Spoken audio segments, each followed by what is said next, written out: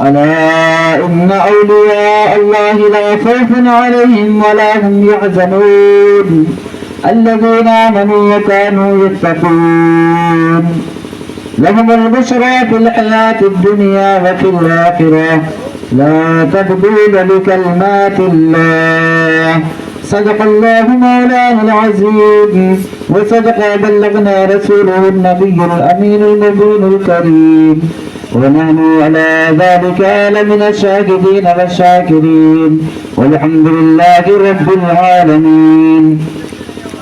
درود پاک پر اللهم صل علی سيدنا مولانا محمد بارک وسلم صلو علیہ الصلوۃ والسلام علیک یا رسول اللہ صلی اللہ تعالی علیہ وسلم. اللہ تبارک و تعالیٰ نے قرآن مجید میں ارشاد فرمایا الا خبردار ہو جاؤ اتنا بے شک کہ اللہ کے دوست کو اللہ کے ولیوں کو نہ کوئی چیز کا خوف ہے نہ کوئی چیز کا غم، اور یہ غم اور خوف نہ دنیا میں ہے اور نہ ان کو آخرت میں ہوگا. یہ بات تمہیں معلوم چل گئی کہ اللہ والوں کو نہ کوئی خوف ہے نہ کوئی غم دنیا میں بھی اور آخرت میں بھی، کیونکہ اگر آپ اس دنیا کے اندر پوری زندگی کا آپ نچوڑ اپنی دیکھیں اور جتنی بھی کتابیں لکھی گئی ہیں ان میں آپ پڑھ کر دیکھ لیں، ہسٹری پڑھ کر دیکھ لیں، دنیا جب سے بنی ہے اور جب تک ختم ہوگی میرے محترم اس طرح کے لوگ آتے رہیں گے. دنیا جب سے قائم ہوئی ہے تب سے اس دنیا میں بڑے بڑے امیر اس دھرتی پر تشریف لائے، بڑے سے بڑے غریب اس دنیا میں آئے. میرے محترم اتنے امیر اس دنیا میں آئے کہ جن کی مال و دولت کا کوئی تصور نہیں کر سکتا، جن کی مال و دولت کو کوئی گنتی نہیں کر سکتا. اتنے غریب اس دنیا میں آئے کہ جن کے گھر کتنے فاقہ ہوئے ہیں ان کی فاقوں کی گنتی بھی انہیں یاد نہیں ہے. لیکن میرے محترم اسی دھرتی کے اوپر بڑے بڑے بادشاہ، قارون جیسے بادشاہ جن کی دولت کا کوئی شمار نہیں تھا، وہ بھی اس دنیا میں آئے، لیکن آج ان کی قبروں کا نام و نشان مٹ گیا. آج ان کی قبروں پہ کوئی فاتحہ پڑھنے والا نہیں ہے. لیکن میرے محترم بزرگوں اور دوستوں، اس دنیا کے اندر اللہ تبارک و تعالیٰ کے پیارے ولی اس دنیا میں جب تشریف لائے ہیں پوری زندگی کے اندر اپنی پوری زندگی مزار بن کر کے رہے. میرے محترم مزار سے مراد یہ ہے کہ پوری زندگی وہ چمکتے اور دمکتے رہے ہیں، لوگوں کے دلوں کو چمکاتے رہے ہیں، لوگوں کے قلوب کو چمکاتے رہے ہیں، لوگوں کے سوئے ہوئے مقدر کو اللہ سے ملاتے رہے ہیں. اپنی جو ہے واضح نصیحت سے اللہ تبارک و تعالیٰ کے قریب لوگوں کو کرتے رہے ہیں. پوری زندگی لوگوں کے سامنے چمکتے رہے ہیں، اور جب اس دنیا سے پردہ کیا ہے تو آج ان کے گنبد و مینار چمک رہے ہیں. سبحان اللہ. کیا تھا اللہ کے ولی جب اس دنیا سے چلے گئے تو آج ان کے گنبد و مینار چمک رہے ہیں. تو میرے محترم بزرگوں اور دوستوں، آپ کو سمجھنا پڑے گا. آپ نے سن لیا کہ اللہ کے ولی ہوتے ہیں اور انہیں خوف نہ دنیا میں ہوگا نہ آخرت میں ہوگا.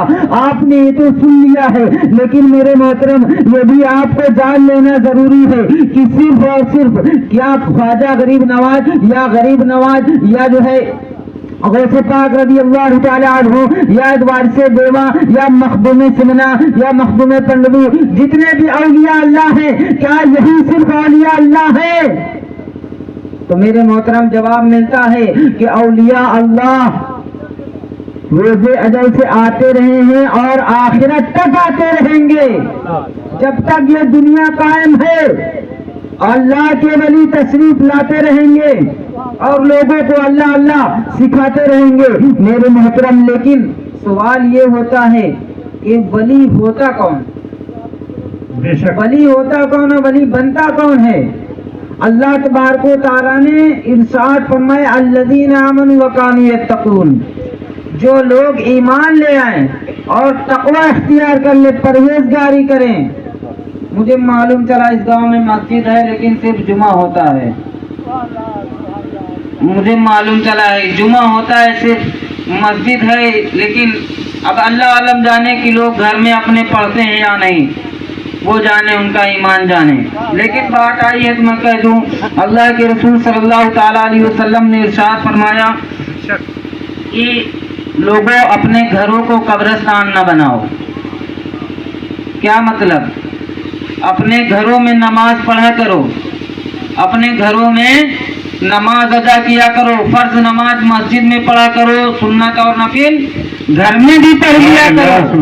گھر میں جب آپ پڑھیں گے آپ کی بیوی دیکھے گی, آپ کے بچے دیکھیں گے, وہ جب دیکھیں گے تب پڑھیں گے. جب وہ پڑھیں گے تو ان کے اندر اللہ تبارک و تعالیٰ کا خوف پیدا ہوگا. جب ان کے اندر اللہ کا خوف پیدا ہوگا تو یقین جانیے پھر والدین سے محبت پیدا ہوگی. بے شک, سبحان اللہ. تو ہمیں مسجد بھی جانا ہے اور اپنے گھروں میں بھی پڑھنا. یہ نہیں کہ یار اب 2 کلومیٹر دور مسجد ہے تو کیا کریں, ہم کیا کریں مولانا. ایک سوال ہو جاتا ہے کہ کیا کریں. ایسا نہیں ہے کیا کریں, آپ گھر میں نماز پڑھیں. نہیں, آپ کو جانے کی فرصت ہے, خیر جواب دے گئے ہیں تو آپ گھر میں پڑھ لیں.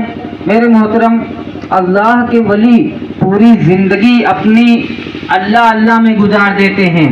میں بات کر رہا تھا الذین آمنوا وکانوا یتقون.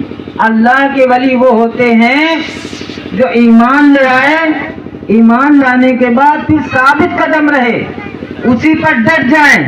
تقویٰ, پرہیزگاری, سبحان اللہ, اپنی زندگی کے اندر بسا لیں.